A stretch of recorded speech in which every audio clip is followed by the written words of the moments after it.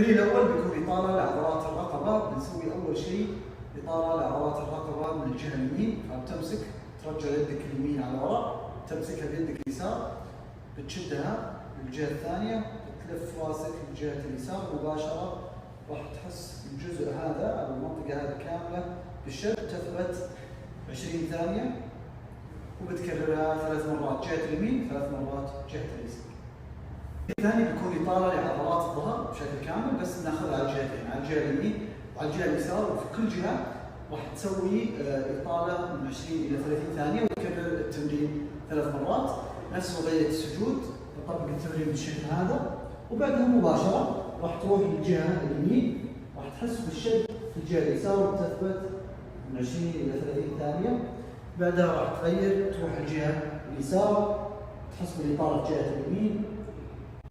تثبت من 20 إلى 30 ثانية وتكررها 3 مجموعات في كل جهة. التمرين الثالث بيكون لعضلات الوجه وعضلات الفخذ من قدام، تجلس بالشكل هذا، تسوي إطالة، نثبت من 20 إلى 30 ثانية 3 مرات في كل جهة. التمرين الرابع لعضلات الظهر من فوق، تسوي إطالة بالشكل هذا، تمسك يدك اليمين واليسار، تمدها على قدام، ترجع ظهرك على ورا، تثبت من 20 إلى 30 ثانية وتكررها 3 مرات في كل جهة. التمرين الخامس والأخير هو تمرين إطالة لعضلات الورك.